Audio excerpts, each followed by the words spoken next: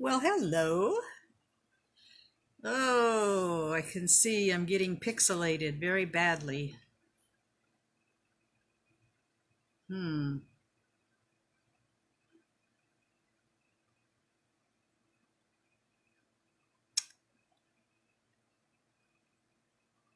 How's it look on your end? Because it doesn't look so great on this end. Hi, Monica. Hi, Cindy. Hi, Joanne.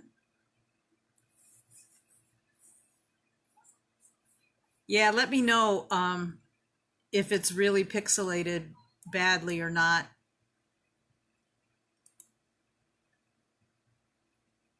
It's good on your end? Okay, good, good. Because it doesn't look so great here. It looks kind of pixelated. Let's just hope we can get through this without any big dilemmas. Hi, Sunny. Hi, Jennifer. Okay. We've got, or I should say I've got lots planned for you guys today.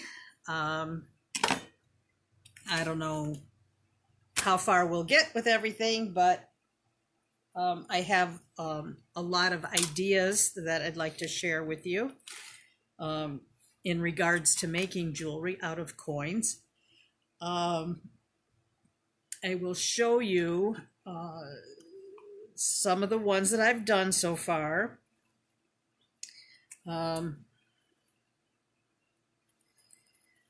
And my original was my Mercury dime bracelet that I made a long time ago. And I really like it. It's not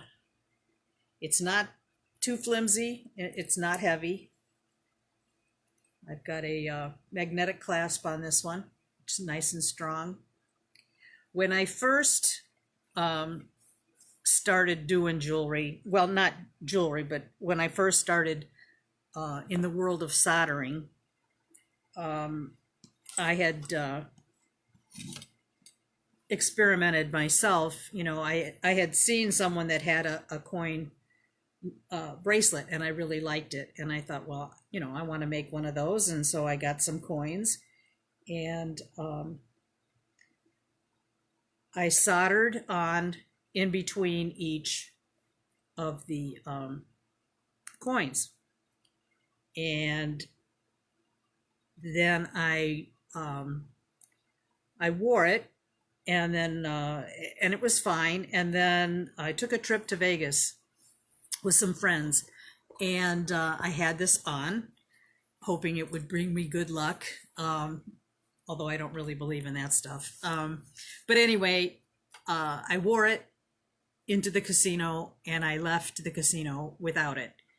And all I could think was, I must have not soldered something properly and it came apart, because I couldn't find any other reason for it to fall off my wrist. And it had a lobster clasp on it, which is generally a pretty safe closure. So I was very disappointed, and I thought somebody had a good day, whoever found that, but it certainly didn't bring me good luck that day. So when I got home, I made another one, but I did not solder the loops in between. I just punched the holes in between them, and it's been fine. But it was a lesson learned to really inspect your work once you're soldering, to make sure that everything is put together properly. Yeah, Sonny, it brought somebody else good luck. That's for sure. I was like kicking myself in the butt um, over that. But hey, you can always get more coins. So, hi, Mary. Glad you joined us. So anyway, I'm gonna just touch on the coin, on this coin bracelet, on the Mercury dimes, and then my most recent bracelet was this one with the buffalo nickels and a hair, buffalo nickels and Indian head pennies that I put together with little frou-frou balls in between. And I put some Sleeping Beauty turquoise on the end. But I think I may change this out. Although I love Sleeping Beauty turquoise, I would like it to match the turquoise that I have on the earrings. And, you know, it's much, the Sleeping Beauty is much more vibrant. And I don't have Sleeping Beauty chips. So I may just switch that out. But that's just like a minor point. Okay, so I have that. Then, of course, the earrings with the buffalo head nickels. And you can, I oriented them both ways. I have one with the Indian head on it and one with the buffalo on it. And then the other pair that I made, I just have the buffaloes on the front. So, you know, you can do whatever you want with them. And then the, oh, I also have a little pair of matching Mercury dime earrings too. And the other one is the World Coin bracelet, kind of like a charm bracelet. And it's got the coins on it. And then I put 6mm copper beads every, I don't know, like every third grouping of coins. And then I put that on a 2x2 chainmail link chain for a bracelet. So, and that I put a my standard clasp on that. But you could put any clasp you want on it. That's just, I kind of like these, so I use those a lot. That, and I like my magnetic clasp quite a bit too. So anyway, so I guess the first part is purchasing your coins, or, you know, if you were lucky enough to get them from someone, or you have to have a variety. Well, you don't have to. It's nice to have a variety of coins. There's a few things to look for when you're buying the coins online. And to me, you know, when you buy them like on eBay or Etsy, you're kind of at the mercy of the seller if you don't know what you're buying. So with the coin jewelry, I like to get the copies of the coins as clearly readable or whatever as possible. And you're going to pay more for those. This one's clean. This one's not, but it doesn't, the clean isn't the issue. It's being able to see the image and the date. If you can't see the date on a coin, that coin is pretty well worn, which means it was in circulation for a long time, beat up with other coins in people's pants pockets over the years. They just get worn, okay? And when you're making jewelry with it, you want to be able to distinguish what they are. So the nicer copy that you can get, the better. However, you don't want to buy coins that are meant for collectors. You know, people that coins, you know, I don't know a whole lot about coins, but they grade them according to their quality. And some of them have more value than others. Some of them have defects or mint markings that are more desirable for the coin collecting world. And that's not of importance to us. And those coins will generally cost way more than most people would be willing to pay or should pay for a piece of jewelry. So, you know, you can pay quite a bit per coin, and you don't really have to. You can get lesser desired coins, but in good quality. I think I paid $1.75 a piece for these dimes, which isn't bad, but usually the seller will decide which ones you're getting. the ones that are pictured in the ads are not necessarily the ones they're going to give you. Okay. And if you want to be clear about that, you need to message the seller and ask them, you know, what am I getting? Am I getting what's in the picture? Sometimes it'll say, you know, these aren't necessarily the ones you're going to get, but they're similar. Well, to me, I want to know what similar means, but I worked with a guy on Etsy when I bought the Indian head pennies, because he did specify on there that those weren't in the picture, those weren't the ones that you were going to get, but they would be similar. And I told him what I wanted to do with them, so I would appreciate as nice of copies as he would be willing to send me. Excuse me. And he did a good job. He did a decent job. I told him it was important, to see the date. And because my theory is if you can see the date well, then it's not as worn out as some of the coins, because you will get in general lots of coins, you will get a few that are just really of no value. However, with the Mercury dimes, they still have value because they are 90% silver. So you can, and that's considered what they consider coin jewelry. It's got a higher silver content. A nickel doesn't have any silver in it, even though it's silver color. It's got nickel in it plus other metals that I'm not really sure.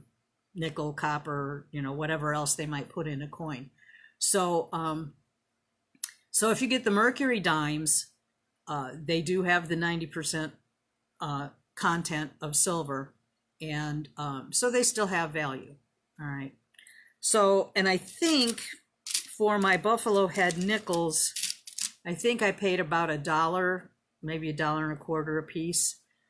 They were considerably less, but then, you know, their value is considerably less too, although they look really cool. So,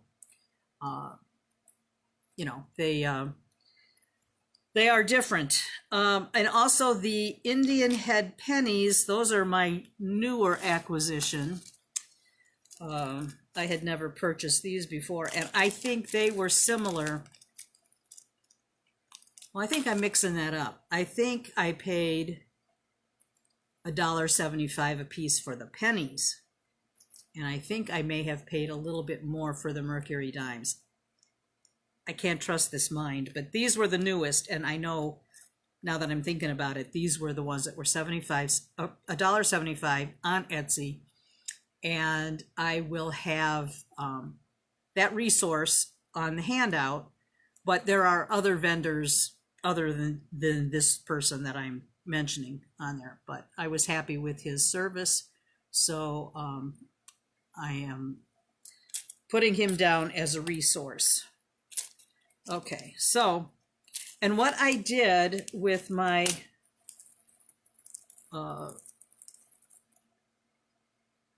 bracelet that has the nickels and the pennies, for my wrist it took 4 nickels and 3 pennies. So, and then I put those little silver balls in between just to add a little bit more interest in there. But you can make however you want. You can make it however you want.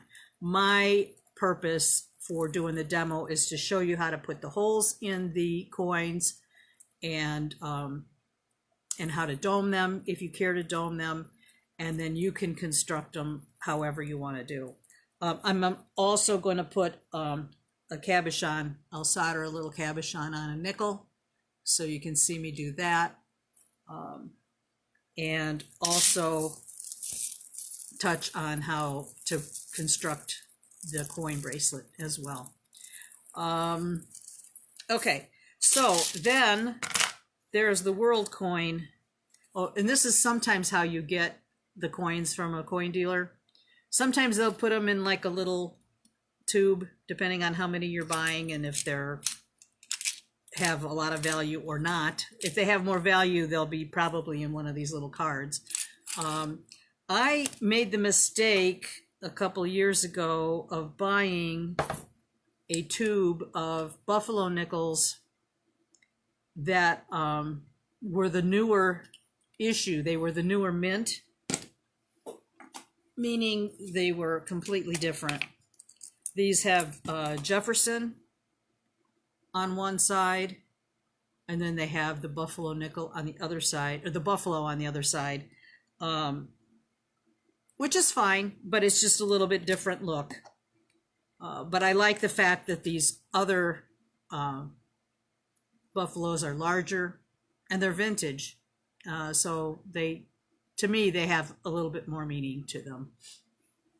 So, so yeah, these other buffalo nickels are probably still a nickel. I've got a whole roll of them. I don't know what I'm going to do with them all, but I have them. So, and then I found a guy on eBay that I got my most current buffalo nickels from, and I think I got 40 of them. I don't know, it was around 40-ish, 40 something for 40 nickels. So I don't know what I'll do with all of those either, but I'll see. I'm going to put some out on my show this weekend and see if they sell. If they sell, then I will be making more pairs of these for my next show. So that's usually how it goes. Spend them in the nickel slots. Yeah, there you go. I haven't been to a casino in eons, and I would be bad. I would be bad. I love going to casinos, but I don't go often because I would literally lose my shirt there. So, and that wouldn't be a nice sight. So I usually stay out of there. Okay, so then I'm going to lower the camera just a bit. And I've got some world coins here.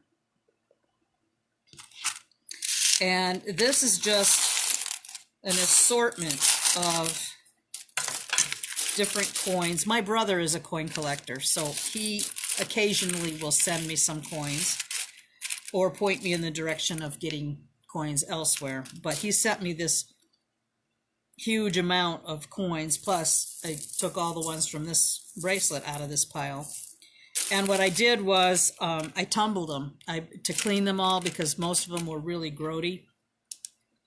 And I put them in the tumbler with some shot and water and a little squirt of Dawn dishwashing liquid, and they came out really good. I really didn't have to mess with them at all after I put them in there. But a lot of these world coins are very interesting. They have different shapes, stuff that you don't normally see. And they come in different kinds of metal. I don't know what they all are. I would assume some of these are copper, but I know some of these are aluminum. You can just tell by the weight that they're very they're very lightweight. So if you were going to solder any of these coins on any of these coins, I would not solder on the aluminums, okay? And also, if you do solder, just be aware, that there could be there will be fumes, but make sure that you have proper ventilation. I mean, really good ventilation, because you don't know what some of these metals are, and we don't know if they would be harmful or not. If you have a respirator, I would say go ahead and use that, but if you don't, just make sure that you've got good ventilation. And a fan, open windows with a fan blowing through, that will be good. But I mean, some of these are really cool. Like this one's got a chicken on it. This one's got a pineapple on it. This has got some kind of a lion. They have people, flowers, birds, rabbit. There's a rabbit on this one. And they're all varied sizes too. So I wouldn't put real huge ones on my bracelet, but you could certainly make a necklace with some of these if that's your thing. This won't appeal to everybody, but some people will really like it. So I like to present a lot of different things because not everybody likes the same stuff. So anyway, that is just some of the world coins from all different countries. There's a lily, that's really pretty. So that's world coins. Any questions before we get started drilling? Let these put away. Oh, one of my coins stuck to my magnet. That is probably the only downfall of wearing these magnetic clasps, is that things can attract to them like that. But that's the least problem. These will not fall off your wrist. This is a really, really strong magnet. Okay, so I guess with the world coins too, with my bracelet, I did not dome any of these. I didn't feel that it was necessary at all. I think they look good flat, just like that. I think, however, on the other coin jewelry, I think a slight doming is nice. But on the earrings, you could, these are domed, but you could make them without doming them, and they look just fine too. So, you know, that's just a choice. All right, let me check on any comments. Hang on just a second.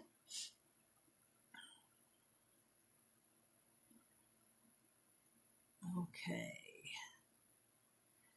Jennifer says, I cheated for my first and did 1 yen coins, aluminum and 10 yen copper. Okay, well, I guess it's, you know, whatever you want to do. Did you solder on the aluminum coins, or did you just punch holes in them?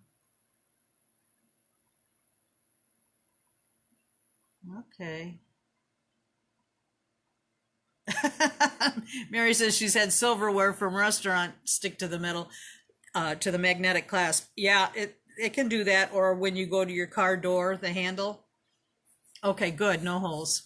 You did holes. Okay, that's good, Jennifer. Yeah, I think aluminum, they'd either melt and be terrible fumes. That would be very bad to be breathing that. Okay, so I'm going to pick out just a couple of coins. I'm not going to assemble a bracelet, but I'm going to pick out a few coins just to show you the drilling process. There's some pretty strange coins. All right, let's set those aside. Hi, Suzanne. Is it morning over there? As it's almost 3 o'clock in the afternoon here. Suzanne is in Australia, so she's a little far away from us, from the majority of us anyway. All right, I'm going to set those aside.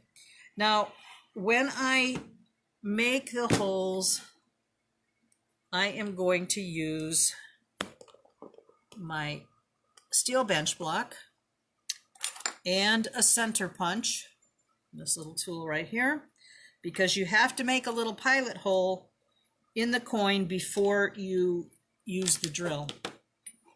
I'm not sure how I'm going to show all this stuff. I've got my drill on the side. I'll figure it out as we go. All right, so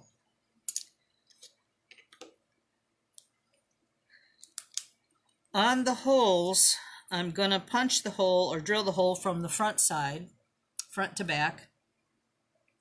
And I'm going to just mark where I want my hole with a little Sharpie marker. And I'm going to take my center punch and place it over that mark. And give it a couple of whacks Not too many. I distorted this edge already. Well, that's not bad though. I guess it just depends on what the coin's made out of, so maybe one whack on this coin would have been enough. Who knows? All right, and I'm going to do this again with this coin. I'm not sure which way that, oh, it goes this way. Put that there. Line up that little divot. Yeah, one good tap is enough. Suzanne says it's 5:58 a.m. Oh my gosh, you're up early. I'm not even alive at that time. That's sad but true. Okay, and I guess I will go ahead and do a nickel as well. Oh no, I'm not going to do the nickels till I dome them. I'm going to just show you, move the camera over here. The reason I dome the nickels or the coins first is because if you dome them first, I mean if you drill the holes first and then you dome them, the hole kind of gets messed up. It gets kind of squeezed and it does not look good. So now I've got my drill press right here. I'm hoping that you can see. Take this off so I don't get stuck.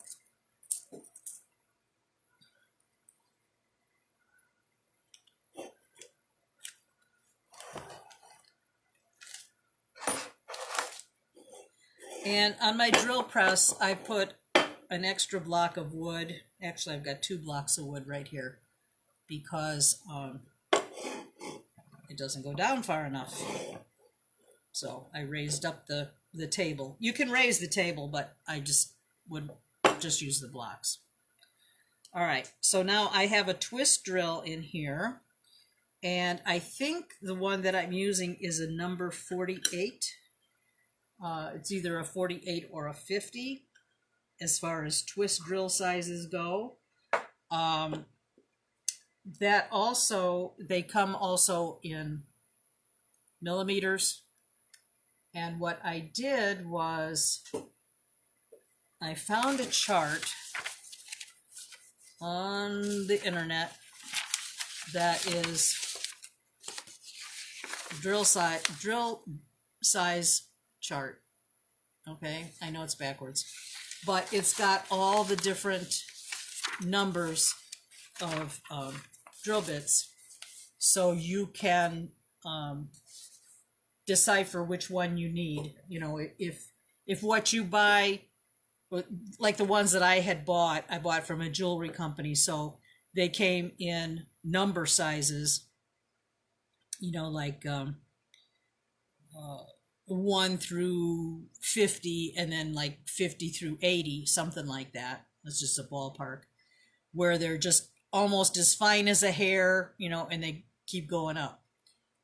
If you're looking at drill bits like the kind that would be in a woodworker's drill, you know, those are generally larger. Sometimes you can hit on the right size, but this size chart will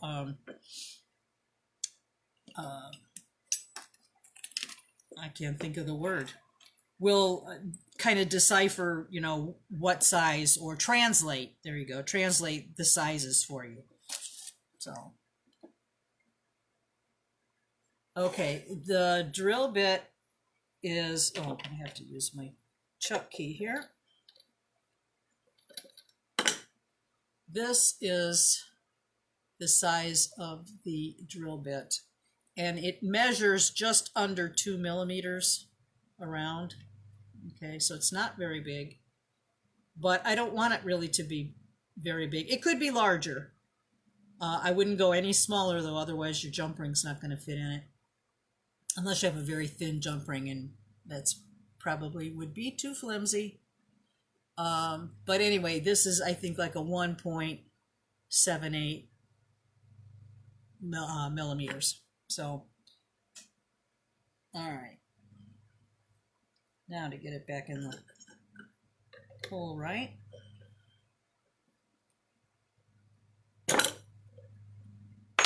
Can you guys see this okay? Next thing, very important, is a way to hold this coin without having it spin around. You have to have something to hold this coin steady. And I have a ring clamp. This is what I use. This brand, this is called a Peg Assist. I think it's put out by Eurotool. And I really like this one. They usually have like a little wooden wedge that goes in the other end. This one's more of a peg that fits in the slot, and you can really press it in there and that coin's not going anywhere. Okay, that's super, super important. The other very important thing is to wear safety glasses or a face shield while you're drilling. And another, yeah, the coin gets super hot. You just can't hold on to it, and you shouldn't. That is just far too dangerous. So you've got your little pilot hole in here, and you've got your coin secured, and I'm going to put it kind of like on the edge of my block so I can get this in here and hold on to it steady. Turn on my drill.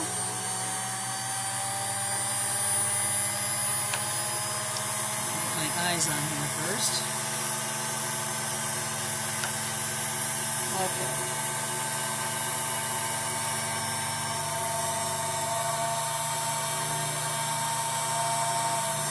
I'm not for what?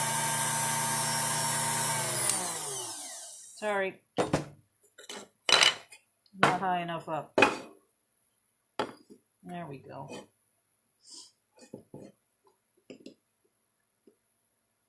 All right. So I'm just going to take that handle, pull my handle down gently, back down and up. And I have a nice pull. That was pretty darn simple, as long as you're set up properly. And it will have a little bit of a sharpness on the back, which we can file that off. That's not a big deal. I'll do that again with this other coin. There's like a little leather grip that's inside of the jaws of this ring clamp, which holds on to the object. I use this a lot for my discs also, like my copper discs or silver discs when I'm punching a lot of holes. Okay, get set up. Get a better grip on this.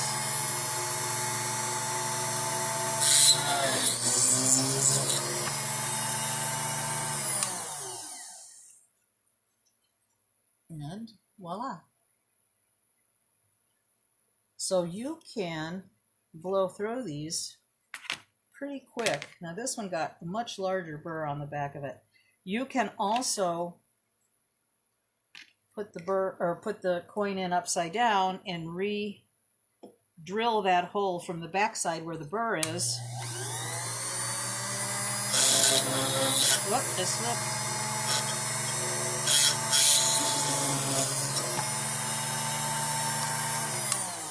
And sometimes that helps. It did help a lot in this case. Get some of that little burr off of the back. And then I can just file the rest of that.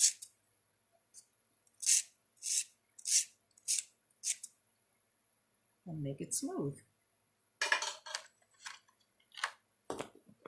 All right, let's see. Take this off. All right, let me check here.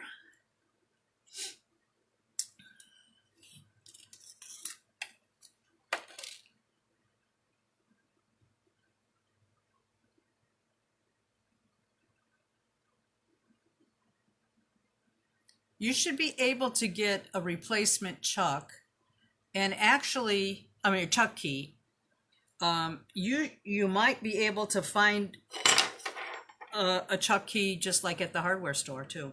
So I'm not sure if they're universal or not, but I have a feeling that they could be. So that might be something to check out. Yeah, yeah, I think that's, yeah, I think they probably are universal. Or maybe not. I am on high speed. When I drill, I generally crank it all the way up. That way you get the job done. It's not, I don't know. I don't know if it heats up more or whatever if you're going slow. It's just go ahead and do it. As long as everything is secure, that shouldn't be an issue. All right. So now,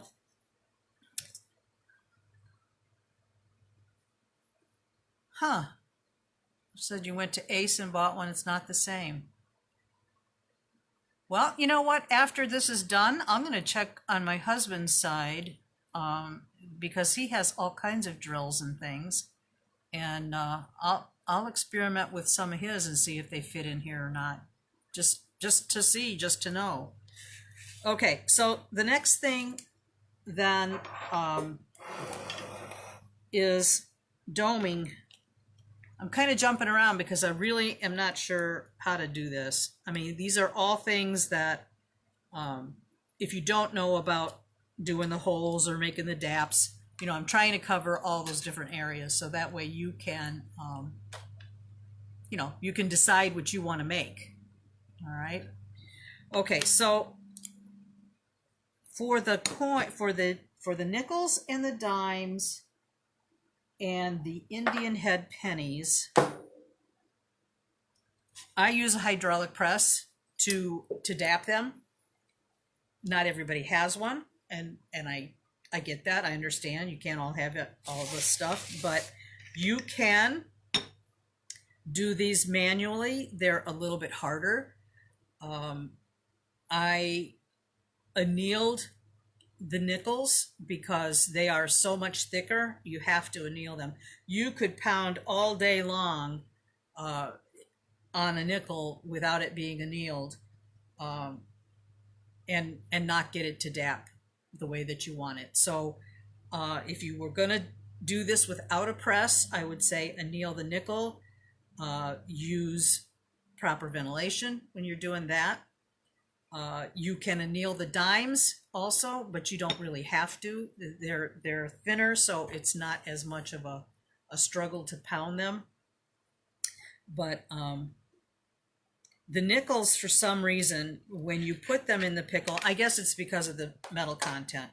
When you put them in the pickle, they really look terrible. They come out all dark and nasty looking, kind of brown, and you have to polish that off to get it off. I used the flex shaft and used a bristle brush, a radial bristle brush, and got it off quickly. But Sam, you could use steel wool too, but you'll work a lot longer and harder on that. Also, when you're drilling these metal pieces, you get these little metal filings, little pieces of metal that like little curly cues. Just be aware of those. They're sharp. Try to clean your area up so that you're not poking your arms on them, because that can happen. And okay, so what I'm going to do is when I first started doing this, I was going to a guy's shop. He's no longer there anymore, which is sad. But he was a jewelry maker, and he had classes in this old pole barn, and he had a lot of makeshift equipment.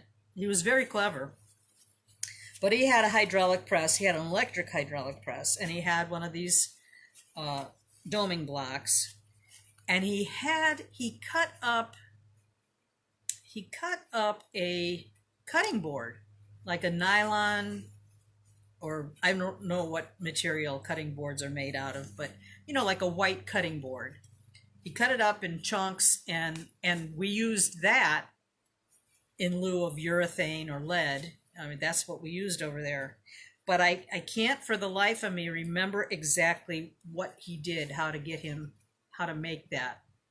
And so I bought a cutting board, and I sawed a few squares, and it does press, but it's sort of like a one-time use thing. It just kind of got flattened out. So I'm still going to investigate on that, and I will report back to you with my findings, because that would be another option instead of urethane or lead. But it might be a real pain in the butt to cut the cutting board up, so not sure yet. But I did find my little pusher, my little metal pusher that I got from Potter USA.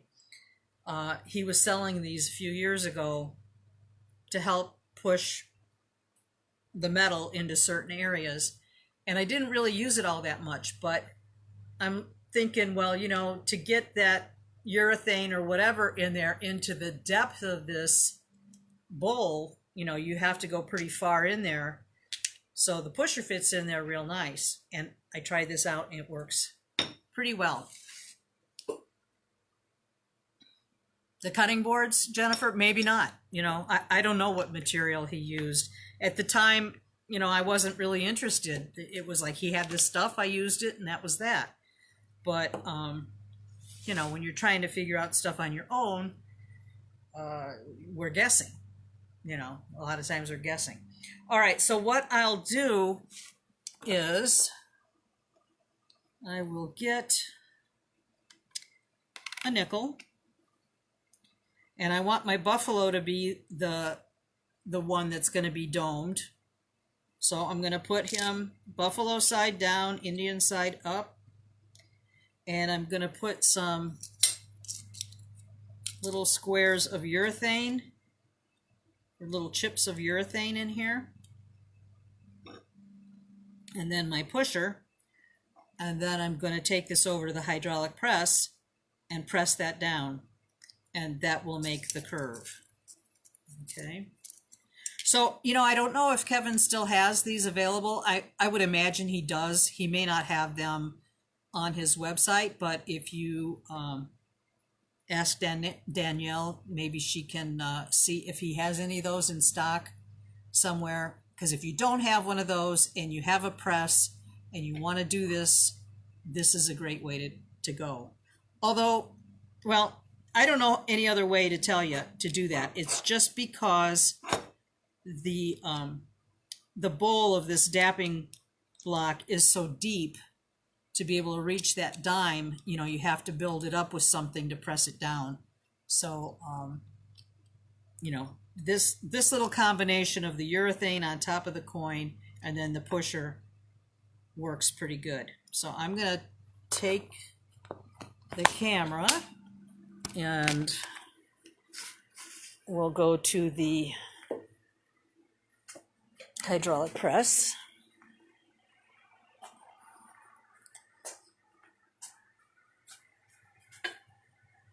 Have to lower that down a bit. Let's see if I can stand this. Sorry about the disruption. Let's see if you can see what I'm doing.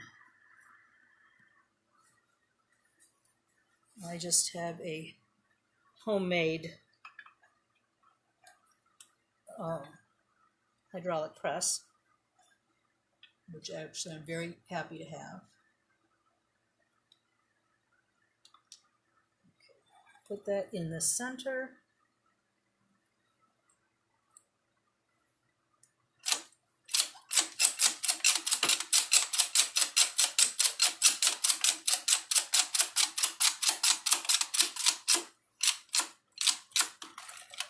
I don't want a real cupped coin. I just want a gentle curve on it. So I don't want to really squeeze too hard.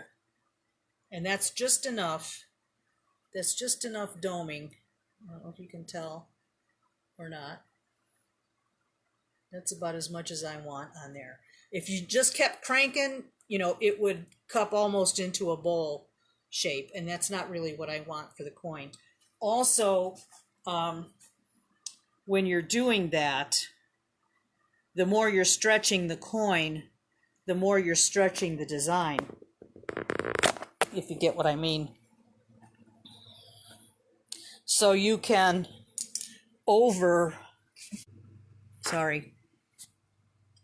operator error again. Oi, sorry, I hope I'm not making anybody sick. Hang in there.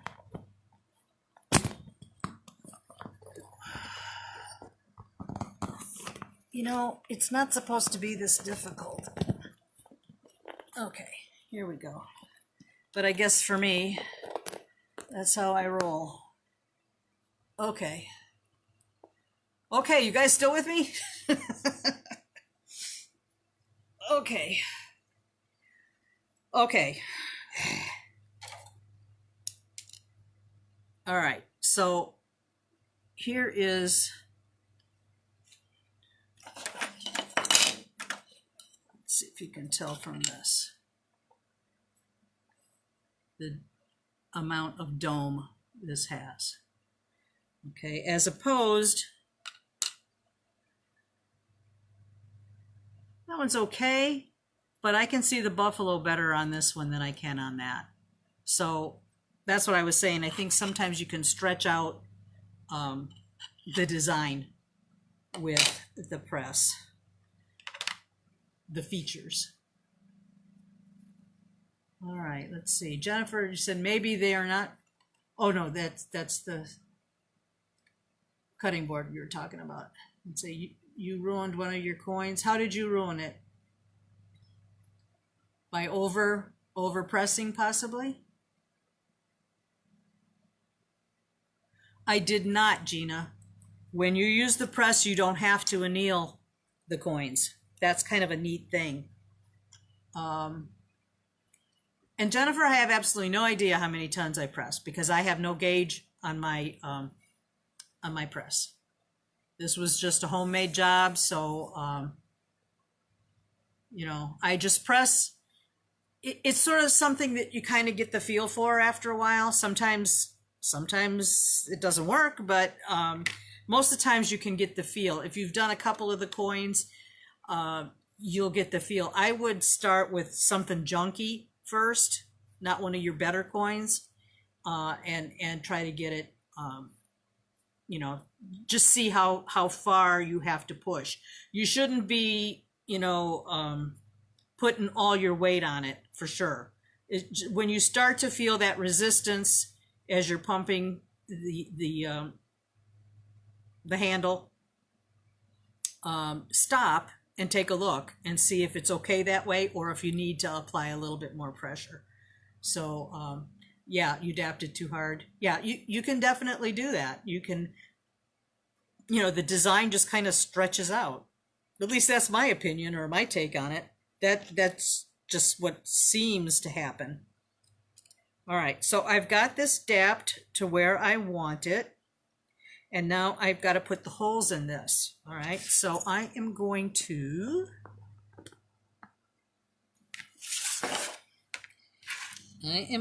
use my little grid marks here. And what I do is I decide the side that's good, the one that's going to face up, I'll mark where I want the hole on the face of it. And use your little grid lines. I find that helps. Just put yourself in the cross section here. And don't make your mark too far off. But I know that that's where I want it. But I'm going to drill my hole from the inside. So I need to know where that mark is on the inside. So I'll just take my Sharpie and follow that dot across the edge of the coin. so that way I can see where that is, and that way I can place my dot on that side. So I've kind of just drawn a line.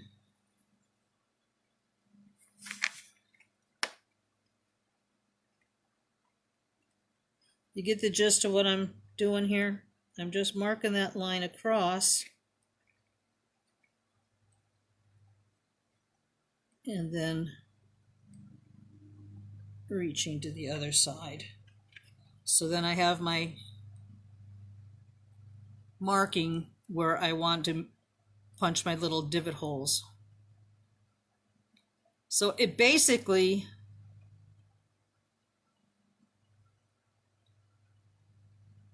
well, that's pretty good. Yeah, well, I'm good that way. Okay, so now I have to make my little divots, and I will use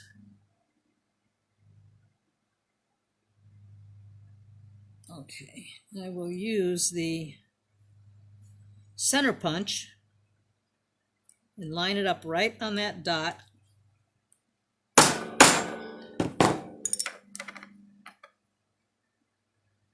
Okay, I gave it 2 whacks because this nickel's pretty hard, pretty dense. And if you slip, you need to reposition.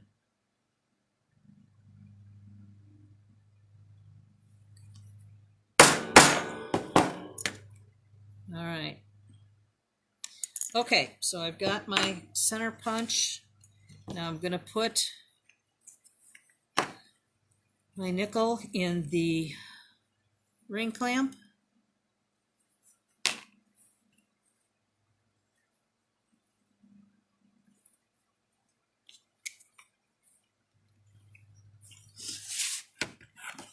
All right, and pull my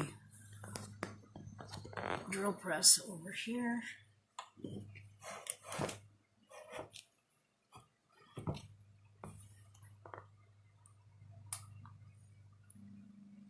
Can you guys see that okay? I think you can see that. All right, so I'm gonna line myself up on the edge, hold on to my ring clamp steady. Just see where I'm at before I turn it on so that I'm lined up properly. Turn it on, full blast.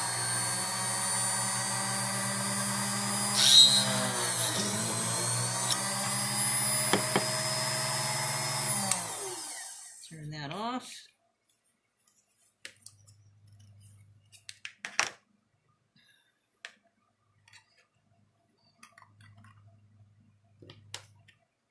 Go.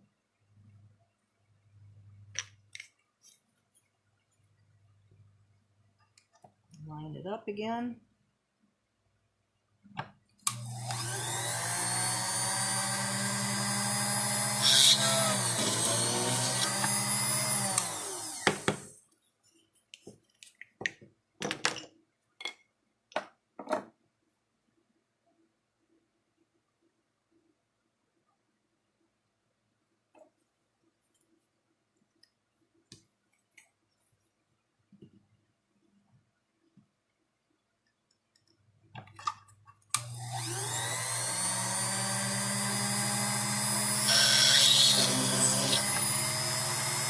Just trying to knock off that extra little burr by drilling it on the opposite side.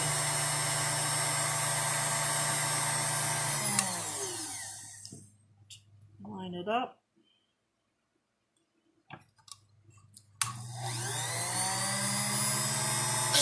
Oh, I slipped.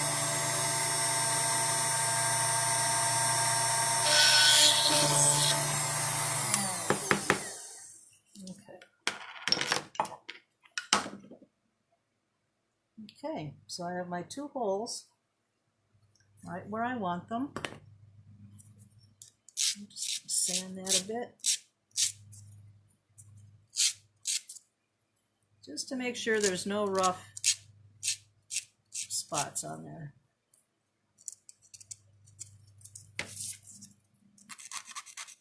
You can also take a small round file and attack the burrs that way.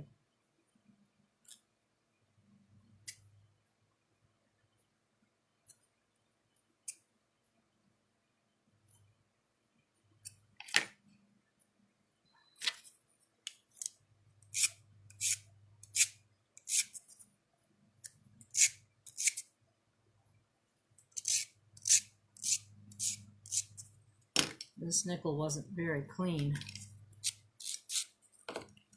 This one must not have gone in the tumbler. Take this visor off.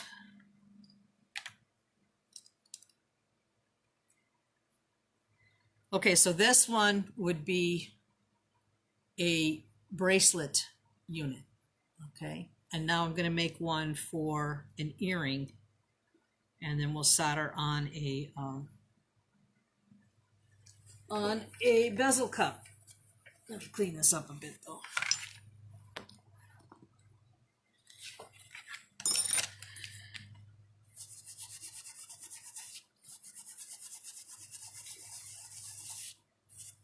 These little 3M bristle brushes work really good too to clean this crud off.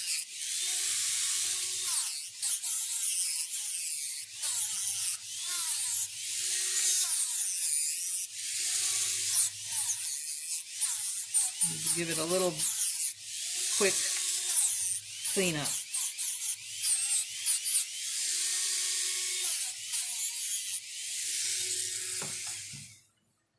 All right.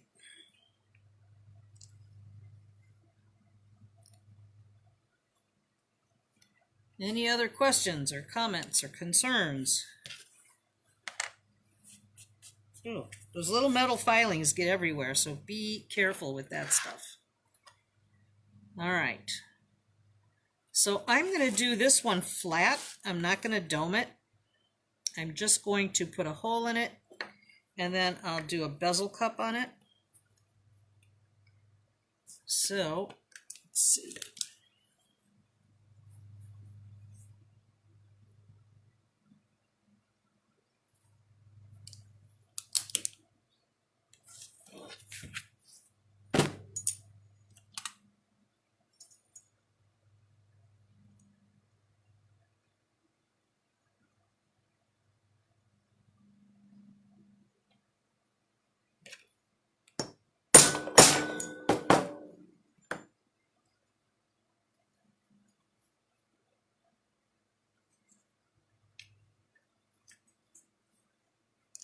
Yes, Gina, I do make the shank coin buttons. We can do that sometime too.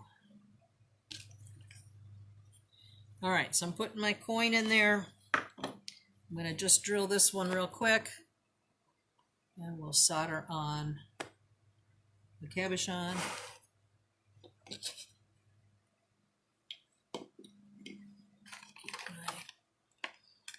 shield.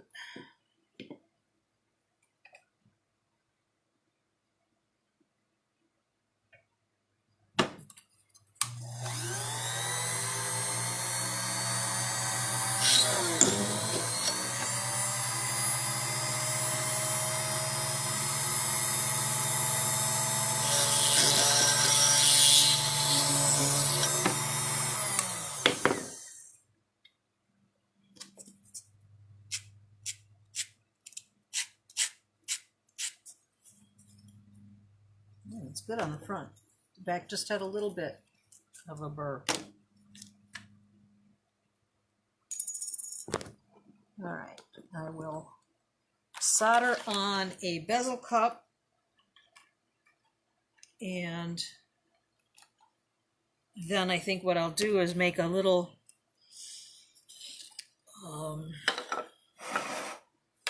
a little grouping of the turquoise chips and show you how I attach those on there. I've got this strand of turquoise chips that I got in Arizona last year at the gem show. Now I wish I would have bought more. It's like you just never know. When you're there, you're thinking, oh my gosh, I'm spending too much money. And then you realize after you're gone, you just should have spent that other extra little bit and had everything you wanted. All right, so let me move over and get my soldering stuff.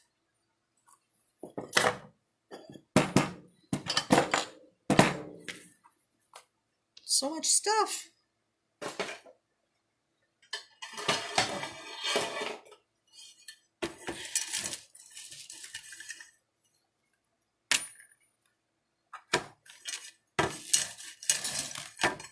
All right. Okay, soldering stuff.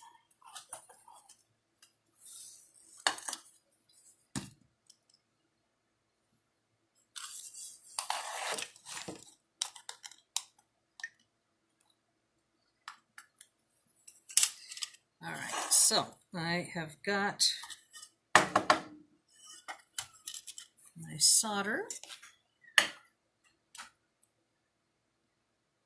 I'll put a little chip right there. I usually put a couple out just in case I drop one. That way I don't have to go looking for it again. Where's my nickel? Here it is. All right.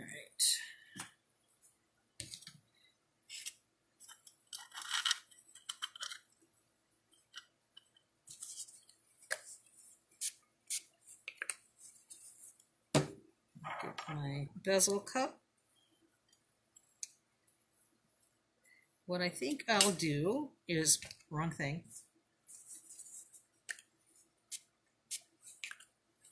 Is I will solder on, I'll put a little solder on the bezel cup itself, and then we'll move over to the coin.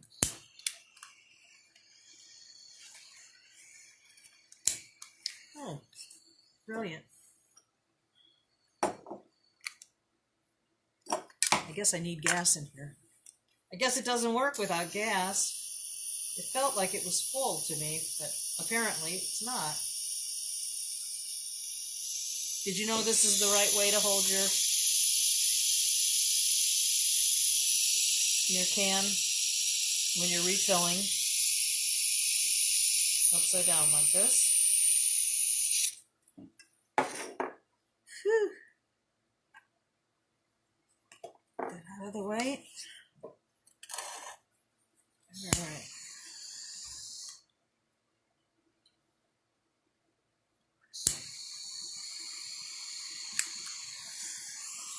All right. So I put a little flux on the bezel cup. Got my little ball of solder. Place it on there, and it melted already. That's fast. Okay.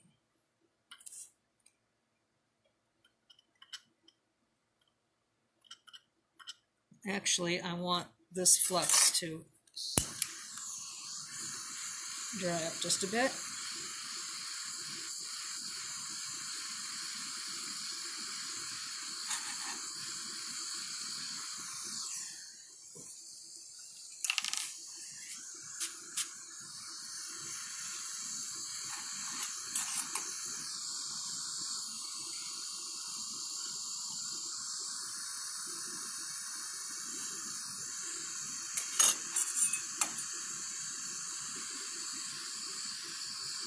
Heat that coin all the way up.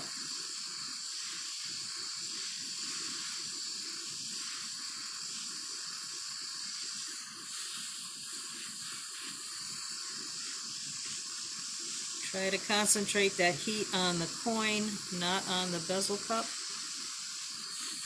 Otherwise you will melt it.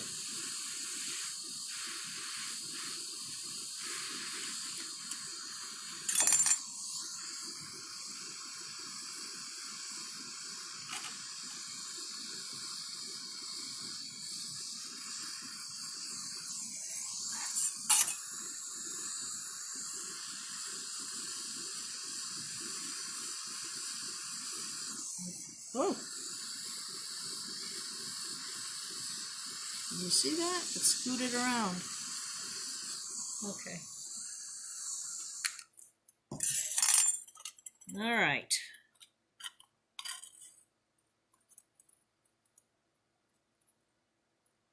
So I have my little bezel cup soldered on here. I'm going to quench it, and then I'm going to stick this in the pickle. All right. Okay. So now what I'm going to do is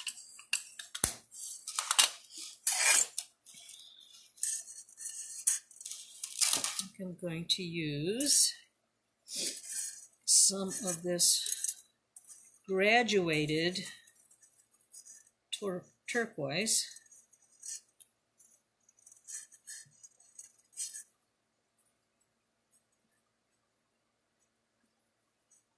I guess I should have opened this up sooner. I didn't think about it.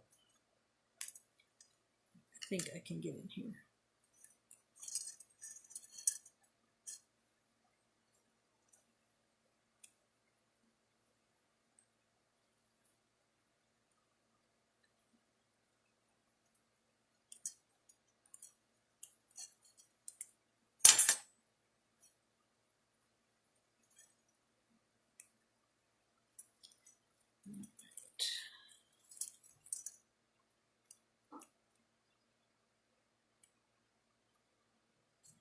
You know, it's weird. I like to unknot things.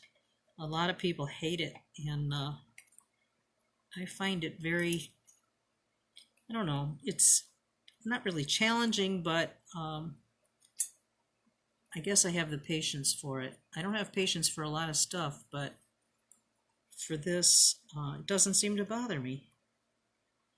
When I had the shop, people were always coming to me to untangle their chains or whatever, and I guess I just see it more as a puzzle, I guess. I may stab myself with this though. That would not be a good thing. Well, this is taking entirely much longer than I anticipated. Well, the hell with it. I'm going to just cut it. Or not.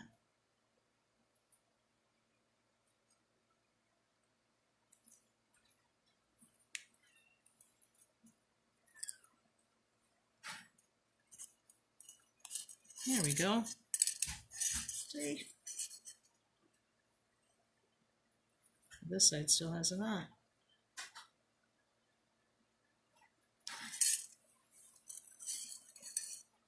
That one doesn't. All right. I just didn't want all of them to come unraveled. All right.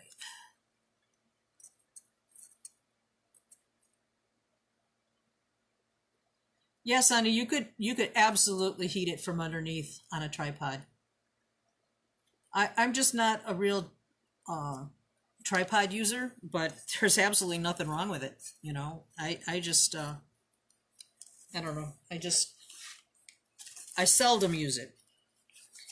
All right, so I've got some 20 gauge sterling here that I'm going to thread my little chips on, my little turquoise chips. And I'm going to make a wire wrapped loop.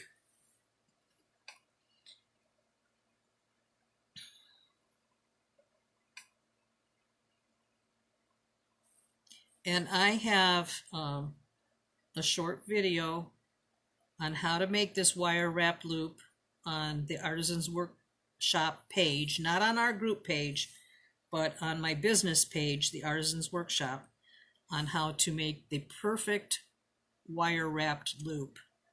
And you know what, maybe this is too thick for those chips. I'm thinking I used 20 gauge, but maybe I used 22. I have to see if the chips will go through the hole, because That's kind of important.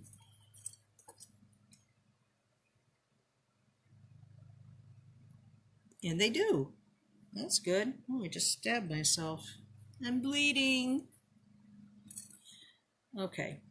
All right, so yeah, they do. So let me finish this loop.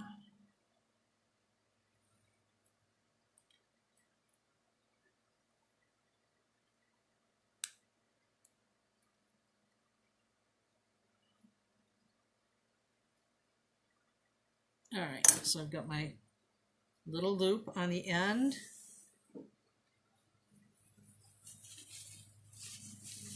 I'm gonna get blood on everything. It was just such a small little nick. Okay, so I've got my wire. I already had this piece cut, otherwise I would actually cut a little bit longer piece than this. And then I would just thread on.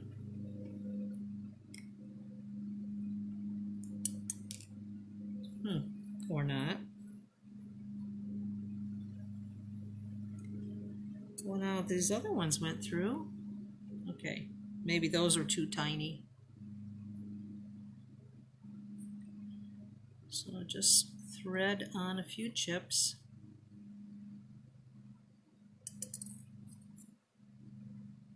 I guess all holes aren't created equal. I have to get into the bigger ones.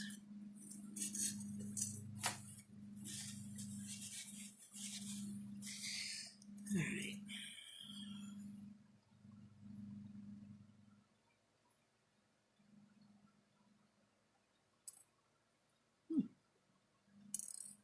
Yeah, I would go with 22 gauge. If I'm going to check my instructions because I think I wrote 20, but it should be 22 gauge. Based, of course, on the size chips you're using. Some of the larger ones, the holes would be fine.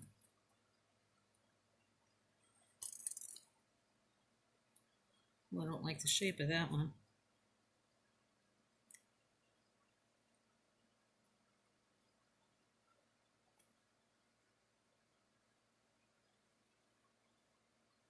Like that. You could go as long or short as you want, you know. I guess it just depends on how long you want your earrings to be. I personally don't like them very long, but that's just me.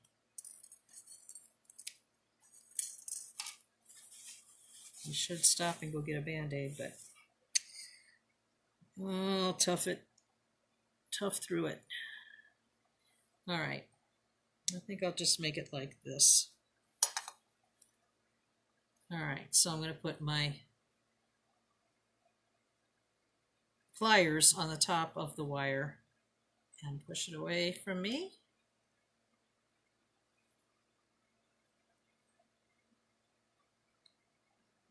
If you don't know how to make these loops, I would strongly suggest you go to the Artisans Workshop page, business page, and check out that video because you can start it and stop it as much as you need to get the steps down. And I assure you, once you learn how to do this, you won't forget. It's pretty useful. It's a useful skill to learn. All right. Oh, I see I broke it. I broke one of the beads. Great. Well, this is more of an informational demo than an actual project demo.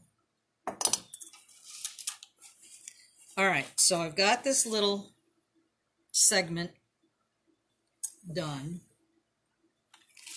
and I'm going to wait till that nickel comes out of the pickle, and we'll clean that up and then set the stone, and then make the earring. Okay, so let's keep moving along. So we'll get back to the earring in a few minutes.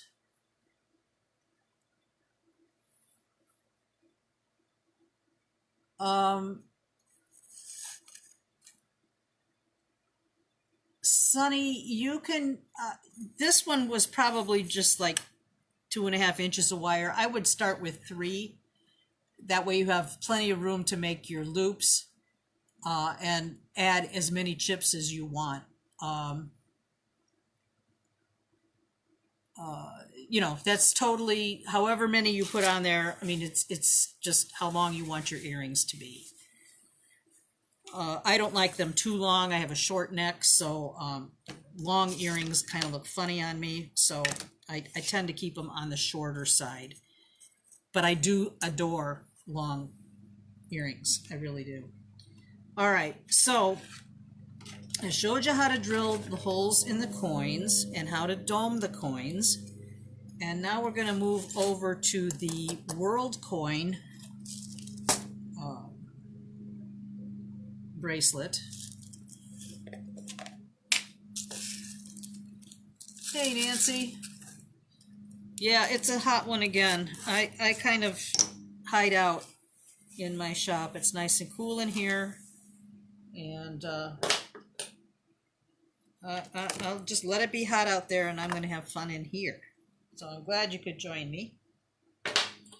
All right, so I'm going to just make a small segment for the bracelet, and I'm going to be using 4mm 18 gauge jump rings that I'm going to use for the bracelet part of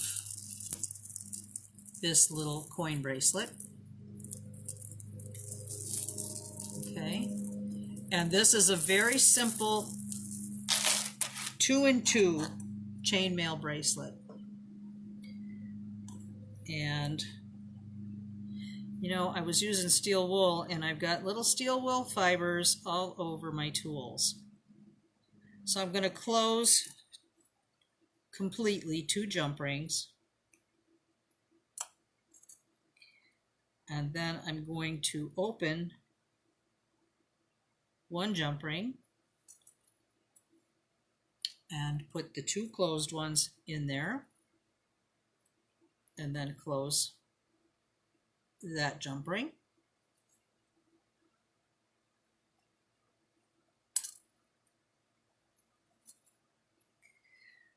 And so by saying it's a 2-in-2, that means there's 2, I'm putting another ring in there, so I have 2, get my awl out here to pick this up. So I have 2 jump rings that connected to 2 jump rings, okay? And to the 2 bottom ones, I'm going to add 2 more jump rings. An easy way to, of course I don't have one in front of me. If you get like a little twist tie, here we go, here's a twist tie. You can just put your first 2 rings through the twist tie through the first 2 rings. Okay, so now we're going to, what I would do if I was going to sit down and make this whole bracelet is I would open up a whole bunch of jump rings so I don't have to do it one by one. It's a monotonous job, but it has to get done if you're going to do chainmail. So I would just open up a bunch and I could just keep going. Make sure that you close them really tight. So now I have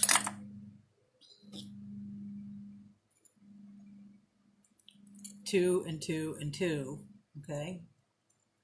It's always units of 2. Excuse me.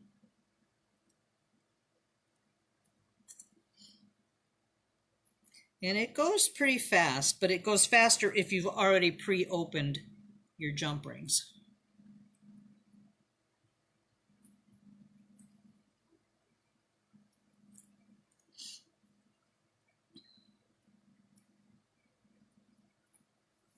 If I had been smart, I could have done some of this ahead of time. I didn't think to do it. I'm getting ready for a show this weekend, and it's the first one I've done in a couple years, so I've been cleaning my jewelry and labeling it and making new signs and just trying to figure out a bunch of stuff. And it's pretty much been consuming all my time. And I'm just hoping that it'll all be worth it, because you just never know. The weather is a huge factor, and you know, the weather can make it or break it, because if it's raining or if it's 95 degrees, people won't want to come out, and I don't blame them one bit. I wouldn't be going out either. But you know, you do all that work and you hope that it will pay off. But I have so much inventory that I need to sell some stuff, because you know, I keep making it, but it's like you can only wear so much, and you can only give so much as gifts, and then what do you do with all of it? So I've always been of the mind that I buy new stuff when I sell stuff. So it's kind of a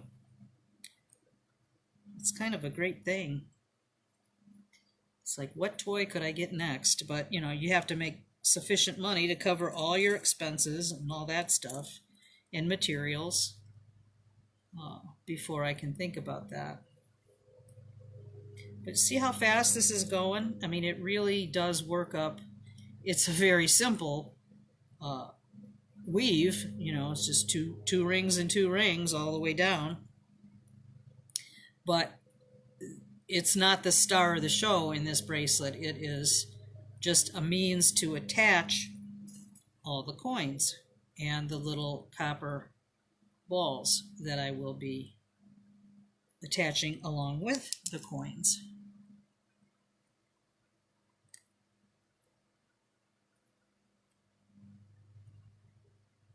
So I work with 2 pairs of flat nose pliers always when I do chainmail. I don't like to use chain nose because there's not as much surface, gripping surface on a chain nose. They're good for lots of other things, but for chainmail, it's better to have 2 pairs of flat nose pliers.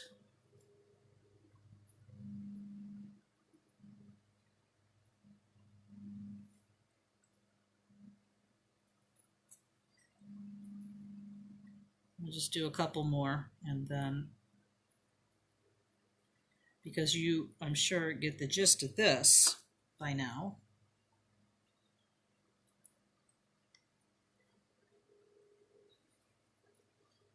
Okay. All right, so that's that. Let's see if I have another twist tie. And I do. Yay. I'll put that in this end, just for demonstration purposes. All right. And then I have an 8mm copper ball, and I put a little 3mm copper ball on the end of a 2-inch head pin.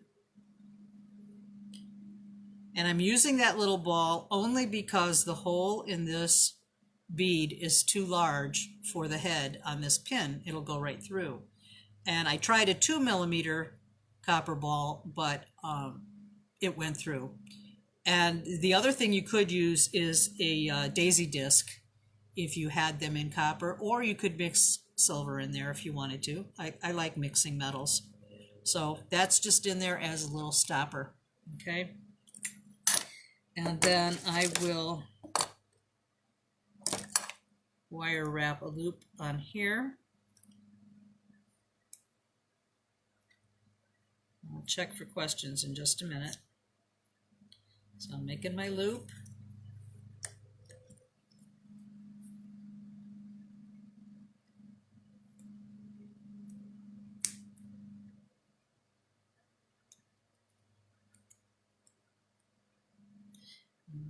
Wrap it all the way down to the top of the bead.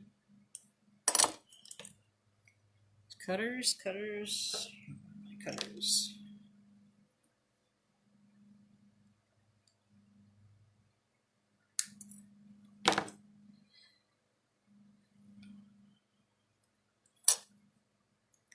And that little point, that wire end that you just snipped off the other end, you want to flatten that down so it doesn't catch on your clothes or stab you. Okay, so I have my little wire wrapped ball. And then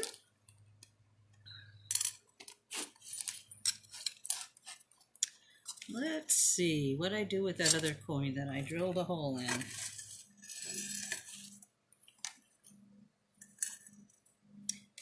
You know, I have everything in front of me, but yet I can't find stuff.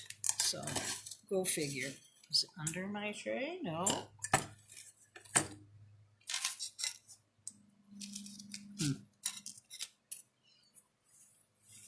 All right. Who knows?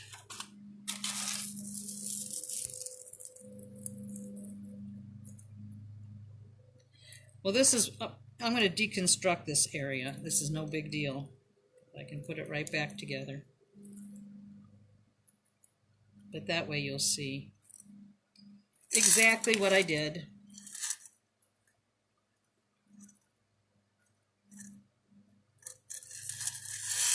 Okay, what I did was I took 3 coins and I put a jump ring on each of them, okay, and then I hooked them all together with a 4mm jump ring. And then I put that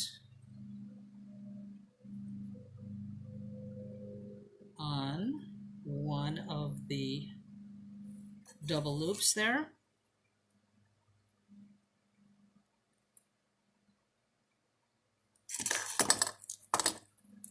So I've got a group of 3 right there.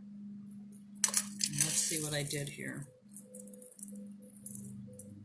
I put a copper ball. Now the copper balls, anything that has not got the patina already on it. Where'd the copper ball go? Oh, it's right here. Anything that doesn't have the copper patina on it, I would get all my components cleaned and dipped in liver of sulfur. If you don't want, if you don't want it shiny, I'll put a 4mm jump ring through that, and then I will go over to the next. So there's rings that are going vertically and horizontally, and I am attaching to the rings that are going vertically. Okay.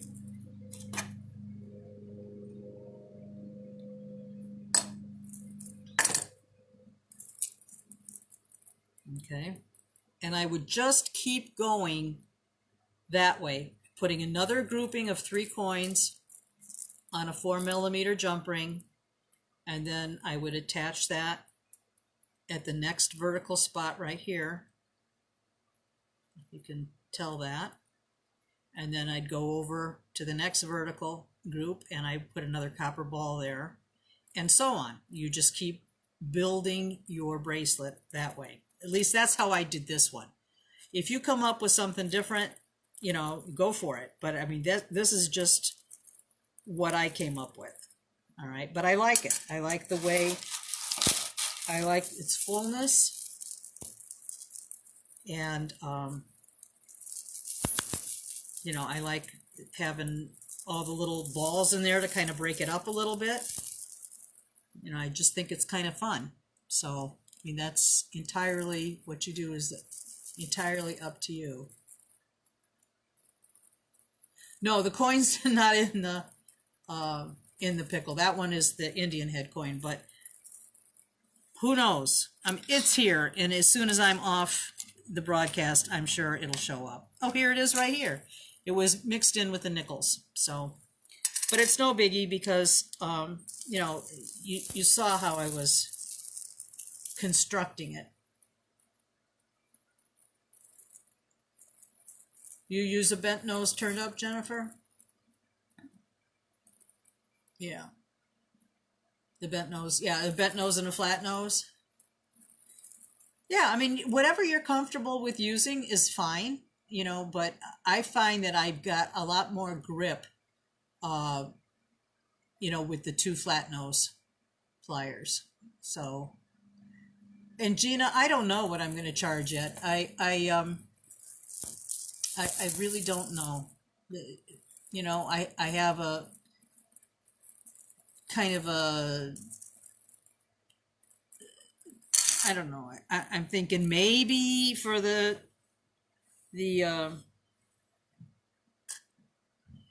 for the buffalo head nickels or the buffalo nickels, I'm thinking maybe 45. I know that may sound like a lot, but this is really good turquoise that I bought, and I'm using sterling silver findings and little turquoise cabochons, you know, and you have to get all this stuff. So I don't know. I mean, tell me what you guys think. You think that's outrageous?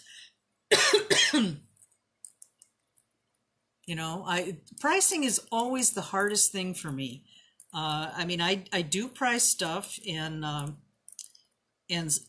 sell a lot of it, but I'm always wondering if it's not enough or if it's too much. I mean, when stuff doesn't sell, then I'm thinking, well, maybe it was too much money. But when I think of all the time invested and your supplies, you know, I think you got to make something for all your effort. So yeah, I don't know, because Sonny, thank you, you know, but there are people that will look at it at the show and they'll say, well, that's only a nickel and a nickel. That's a dime, you know, and you're charging $45. Well, you know what? It's not, but they don't perceive it that way. And, you know, I hate to deal with people like that. I would just like to say, just keep on walking, just move along to the next booth. But there's always one or two people that come up with comments like, oh, I could make that myself. Do these people not know that you can hear them? You know, it's beyond me, you know. Or the people, I had one lady go talking to her friend who's at the booth, and, oh, that's too rich for my blood. It's like, it's like, I don't want you wearing my stuff. Just go away, you know. But, you know, you just don't know. But people who, I find that I just do 2 art shows a year. I used to do a lot of craft shows, and I found that was just a huge waste of my time, because everybody's looking for a bargain. And, you know, I don't negotiate with my prices. I may give somebody a little extra something when they buy from me, if they buy, you know, a decent amount. But no, I'm not gonna reduce my prices, because it's not a garage sale or a flea market. And if they don't have the value, if they don't know or realize the value of it, I just would rather them not have it. I'd rather them just keep moving.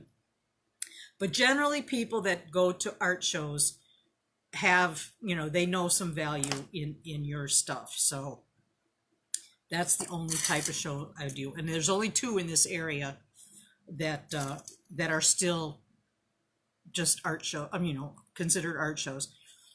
If it's a show where they're selling something on a stick, it's not an art show. You know, it's a craft show. And people are looking for $5 pairs of earrings, and they're not going to find that at my booth. That's how I feel about it. I mean, everybody's entitled to their opinion, but that's my take on it. And Tammy, yeah, it is the Park Full of Art in Griffith. So you were from this area, so you know about that show. Yeah. Yeah, Gina, it's really true. If they think it's too much, it's just you know, they're not worthy. So yeah, that's always a tough thing. But I tend to underprice rather than overprice, because I do want to sell some stuff, and if you get really outrageous, you're not going to sell a whole lot. But on the other hand, I have enough respect for my stuff, my work, that I'm not going to just give it away unless I want to. All right, let's get the nickel out of the pickle and take a look at that. Let me put this away.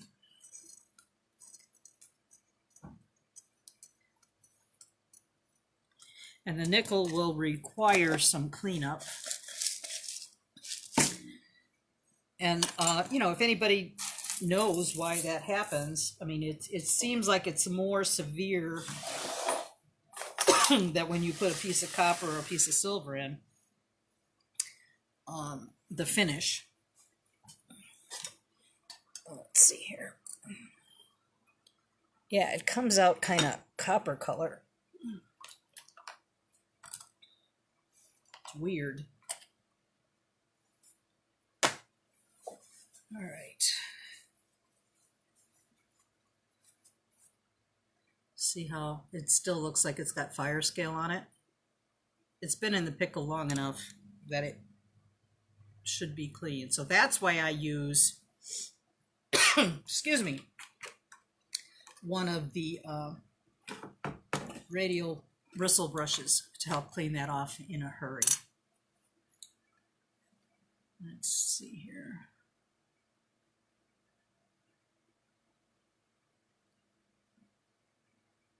Just looking at your comments.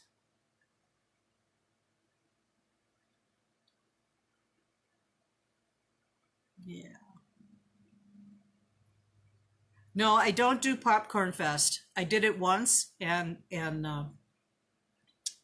it's too crazy. It's just too crazy. That's where you find a million things on a stick, but they do have I wouldn't say a fine arts section, but they do have a better section for higher quality products. So, but there are thousands of people that visit that show. It's way too crowded. The theft is ridiculous. I helped my friend a couple of years ago when she had a booth there. I tried to discourage her from doing it, but that was her choice. And she did it, and there were like 3 of us watching people because you always, it's really sad, but you have to watch people, for theft, because inevitably somebody will pull it off. And all 3 of us, we saw this woman. She was talking to the vendor and never saw her put it in her pocket, but she did. She took a very expensive bracelet off of, it wasn't a bracelet, it was a pendant. Took it off the table. It was gone. And she was gone. I mean, it was just a matter of seconds when we realized, that she walked off with that. And we couldn't find her in the crowd because there was just too many people, but it just really, it makes you mad. It galls you, that you do all this work and expense and all the stuff that it takes, that it entails to do one of these shows. And then people have the nerve to steal from you. I mean, it's despicable. So, yeah, I mean, I just stay away from places like that. So, But even in high-end places, there is theft. But there's, I think, a better caliber of attendance or attendees. So, yeah, and the fees to be in these places are really outrageous too. You have to make a lot of sales to cover just your booth fee. So, there's something to be said about being a carny. The life of a carny. All right, so I'm gonna polish this up.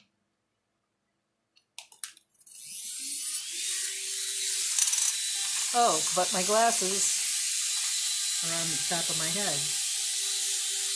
I have 3 pairs of stuff on. All right, so I'm just going to clean this up, knock off some of this stuff from the nickel, from the pickle, the nickel in the pickle.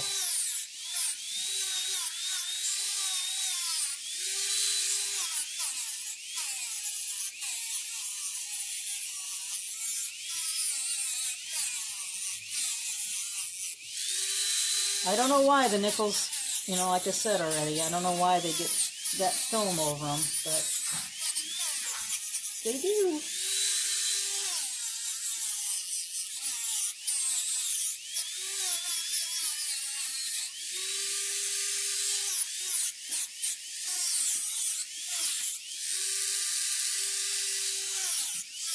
The next thing I would normally do is put this in the tumbler and let it get a nice high shine on it, and then I would put the stone in.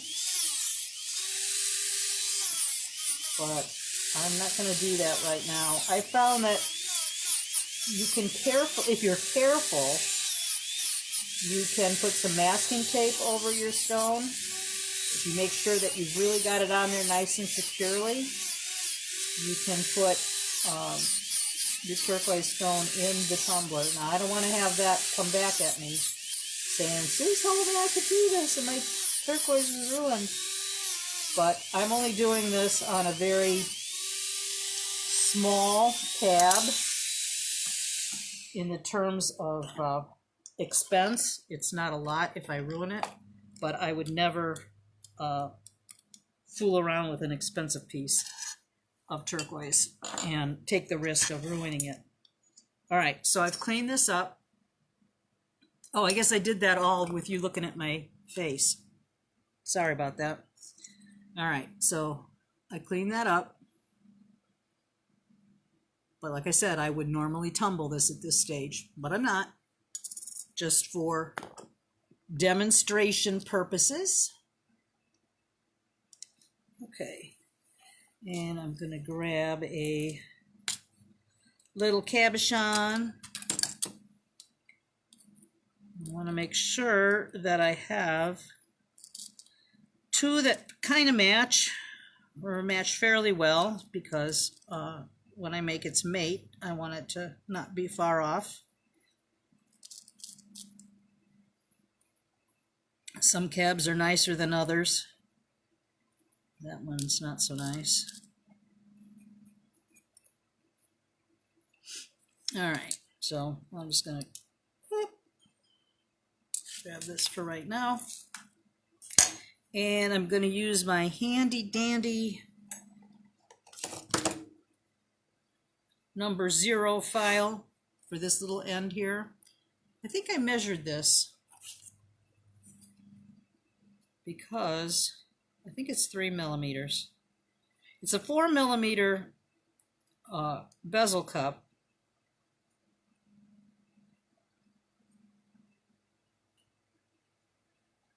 Oh, it is 4 millimeters.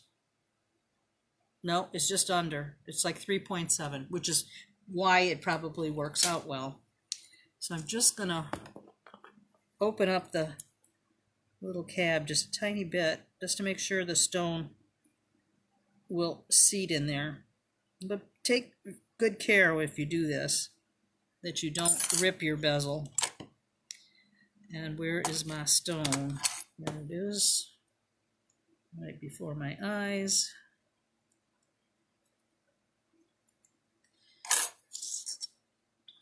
Make sure that it's seated all the way in.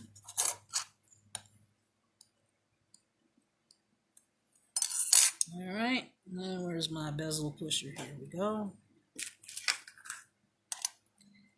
And I'm gonna push it in at 3 o'clock and turn it and push it at 9 o'clock and push it at 12 o'clock and come back at 6 o'clock. And now I'm going to do the spaces in between and get that all pushed in all the way around.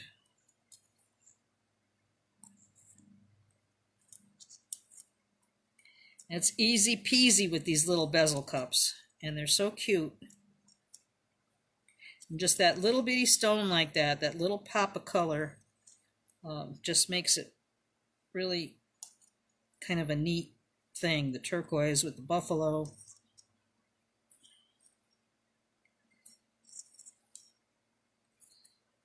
Okay, take my burnisher. I'm using just a nylon burnisher or plastic burnisher, whatever this is. Acrylic. It's acrylic. And I'm just going to go around these little serrated edges.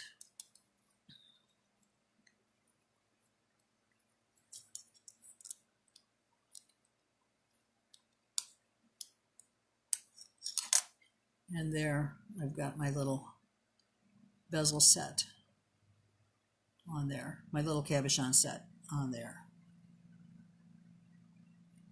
The gemstone size is 4 millimeter and bezel cup, both 4 millimeters. And I got the bezel cups. These are this, I think these are fine silver. They come in fine silver or sterling silver. Either one is fine. And the stones, these particular stones I got in Tucson, but you can find these online. Etsy's a great place. I didn't really realize how many resources they have, so many supplies. I was kind of surprised when I found the coin dealers on there. I didn't know that that they had them, and I was on there looking for something else, and I thought, well, I'm going to look and see, and I found, I found them, so that's kind of cool. Rio has some stones, and they're probably a good quality. They're calibrated, but some of these other places may not. The quality may not be as good, but maybe they are. I don't know. But Rios tend to be a little bit expensive, but I figure you get what you pay for. So at least I think that's true of most things. Okay, so I've got my coin. And let's see here. I've got my coin and I've got my little stack of chips. And I'm going to grab a few jump rings. I don't need that many. All right. And I'm just going to put that in the coin, put that in the double wrapped loop. Oop. That's why I should have my flat nose. Instead of the chain nose, I tend to slip more with the chain nose. And then I'm going to open. Get back here.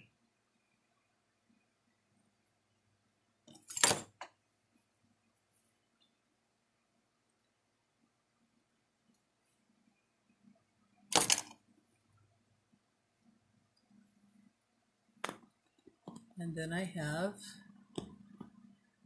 my one earring. So I just have to make its match. But this is on a flat one. This is not on a domed coin, and I think it looks perfectly nice. This one I have a little bit more chips on, but you can see the dome, but I don't know that it really matters. So And I'm only saying that because not everybody has all the stuff. So I think, you know, that you could make perfectly acceptable coin jewelry without the hydraulic press. I'm not sure about the dimes though, as a bracelet. I think flat dimes might look a little bit weird, but I'm not certain. I would like them at least gently domed for a bracelet. However, like I said earlier, the dimes can be domed, you know, in the little dapping block, the steel dapping block with a hammer, because they're not as thick as the nickels. So I'm hoping, I think that's it for the demo. I'm hoping that you got something out of it of value, to learn a little bit of something, I hope at least. I have a handout as usual that will be put up very soon that has some resources listed and the steps for going along with this process.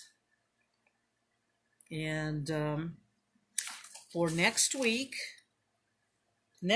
because I have the show this weekend, I don't have a lot of time to devote to putting a huge, well, not huge, but I mean an intensive demo for next week.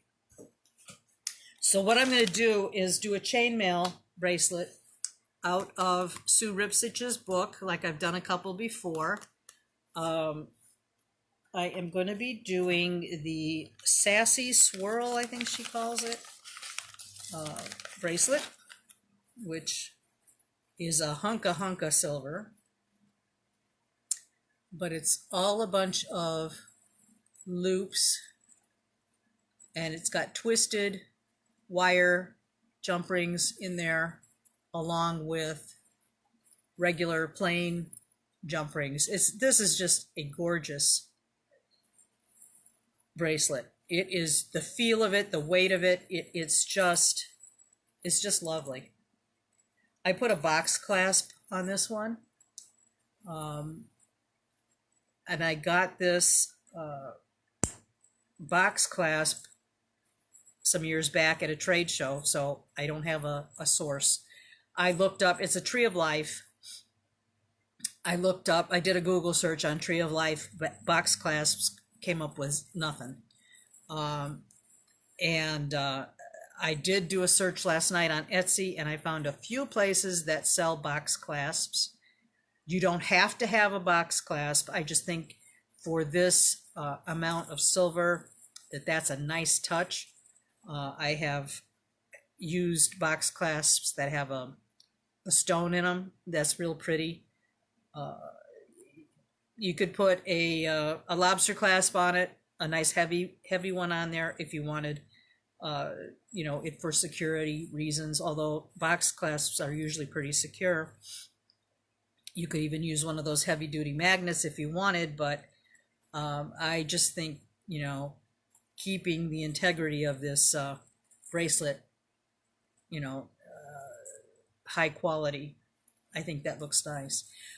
You could actually even do this in copper, and the demo that I did, I think it was last week, that I had the twisted wires. I made all my twisted wire jump rings in silver, but you could make them in copper just as well if you wanted to do this in copper. But yeah, Sonny, this is money. This is money right here. This is over a couple ounces of silver. So, and then all the labor. So, but see, now that's something I don't know what I would price this at.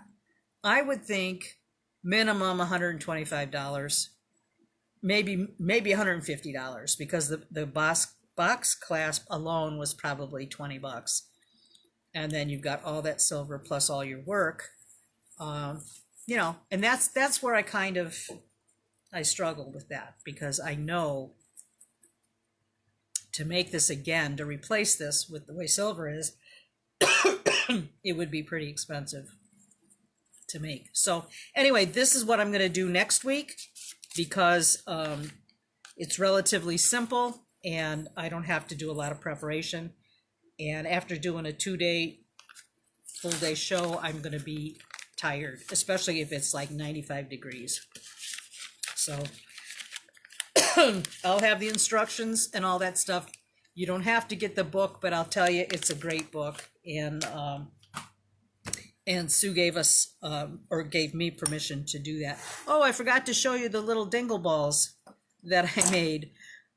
I have to show you these before I go away, wherever they are. Here they are.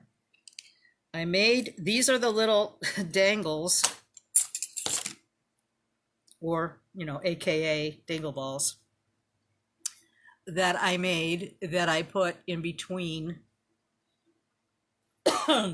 this bracelet. You could put them in between any bracelet. But all I did was I have little 3mm silver balls, beads, balls, whatever you want to call them. Here they are. Just 3mm round. And I used like a 1.5-inch head pin and wire wrapped those little suckers, and put 3 on a jump ring, and then put them in between.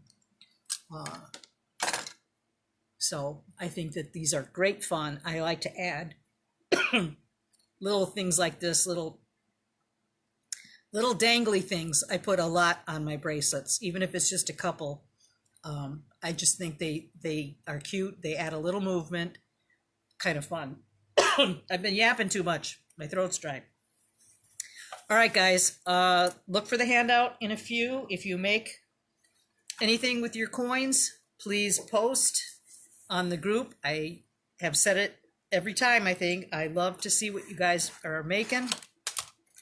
And if I've helped you in any way to make some of that stuff, I like to see it.